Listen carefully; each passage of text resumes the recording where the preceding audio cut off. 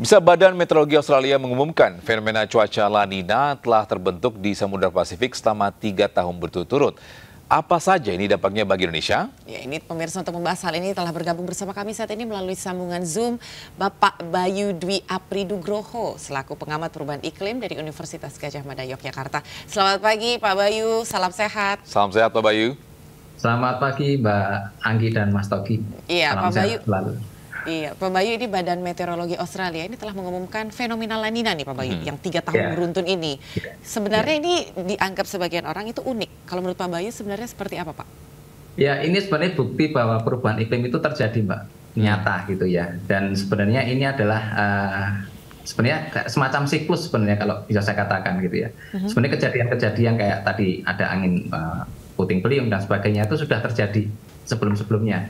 Tetapi mungkin karena siklusnya itu panjang gitu ya, jadi mungkin tidak terasa. Nah saat ini siklusnya itu jadi semakin memendek gitu ya. Jadi tadi juga Badan Meteorologi Australia menyampaikan bahwa 3 tahun ini akan kejadian, artinya apa? Jadi siklusnya itu jadi semakin memendek dan itu akan sering terjadi gitu ya. Seperti itu Mbak kira-kira. Ya, Pak Bayu, ini bagi mungkin pemirsa yang belum tahu apa sih fenomena La Nina dan mungkin berapa lama ini akan berlangsung? Oke, jadi La Nina itu kalau secara bahasa simpelnya atau bahasa sederhananya adalah musim hujan yang berkepanjangan. Jadi kalau normalnya musim hujan itu bulan Oktober sampai Maret, nah ini panjang gitu ya. Nah kemudian juga diikuti dengan curah hujan dengan intensitas yang tinggi, kemudian juga longsor dan sebagainya. Tetapi memang La Nina sendiri itu ada beberapa kategori gitu ya, ada La Nina lemah, ada La Nina kuat gitu ya. Nah tahun ini itu diindikasikan sebagai La Nina kuat. Artinya apa? Di situ dampaknya ini akan sangat terasa. Dan ini kita bisa sudah melihat itu dari bulan Mei sebenarnya. Dari bulan Mei itu kalau di Indonesia di Mei itu harusnya masuk pada musim kemarau sampai bulan September. Tetapi justru bulan Mei, Juni itu intensitas hujannya itu malah semakin tinggi gitu ya. Bahkan di beberapa daerah setiap sore hari itu malah intensitasnya sudah semakin tinggi gitu. Dengan curah hujan yang terjadi akhir-akhir ini Pak Bayu, apakah ini bisa dibilang sebagai dampak dari fenomena La Nina ini bagi Indonesia sendiri Pak? Ya, kalau di dampaknya sendiri kita bisa lihat ya secara umum, tetapi yang sebenarnya paling berdampak adalah di sektor pertanian kalau boleh saya katakan.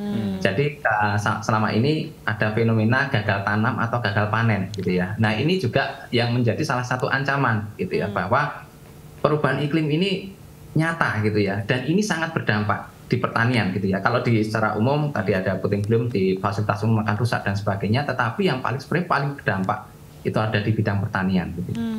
Ya, Pak Bayu, ini untuk mengantisipasi dampak dari La Nina ini apa aja nih? Iya Pak.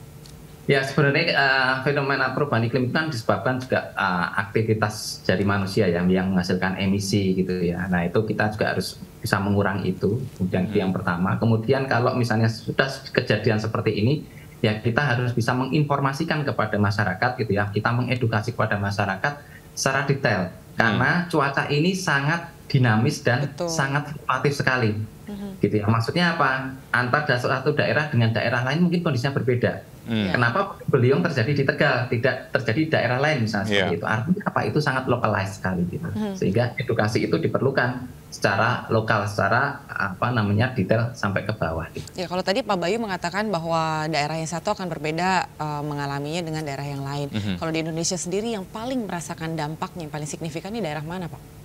Sebenarnya semua daerah merasakan sih Pak.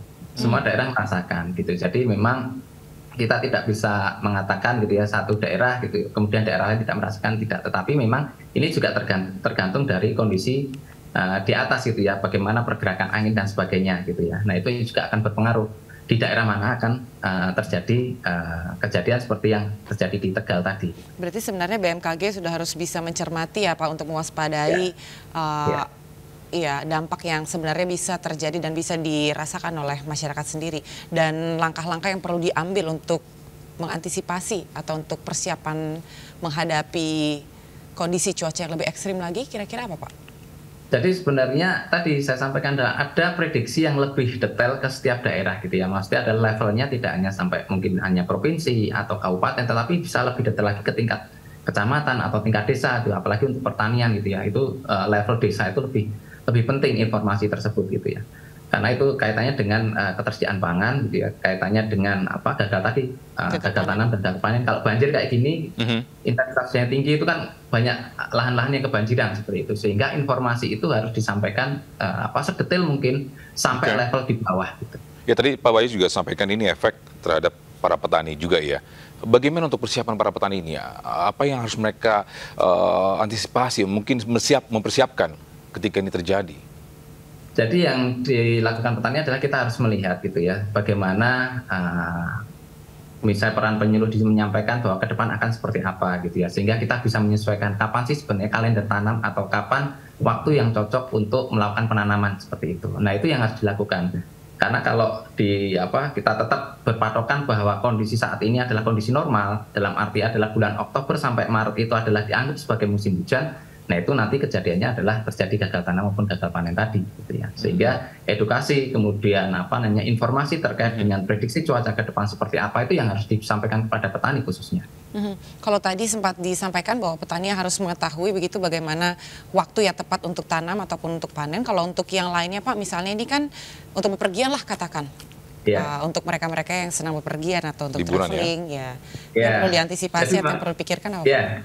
Sama, jadi harus ada semacam informasi gitu ya, termasuk juga di situ ada peringatan dini atau early warning kaitannya dengan kondisi yang terjadi saat ini, gitu ya. Karena selama ini gitu ya, kita baru kejadian, baru kita heboh gitu ya, sehingga yang diperlukan adalah suatu prediksi atau informasi yang ke depan tuh seperti apa gitu ya. Nah ini juga kaitannya dengan tadi yang saya sampaikan levelnya, jangan hanya kita berbicara, ke depan terjadi La Nina.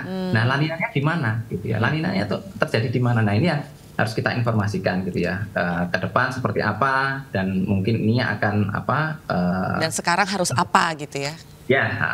Oke, baik. Terima kasih Pak Bayu untuk informasinya selaku pengamat perubahan iklim dari Universitas Gadjah Mada Yogyakarta. Selamat pagi Pak dan terima kasih telah berbincang bersama kami. Salam sehat juga Pak Bayu. Selamat sehat Pak.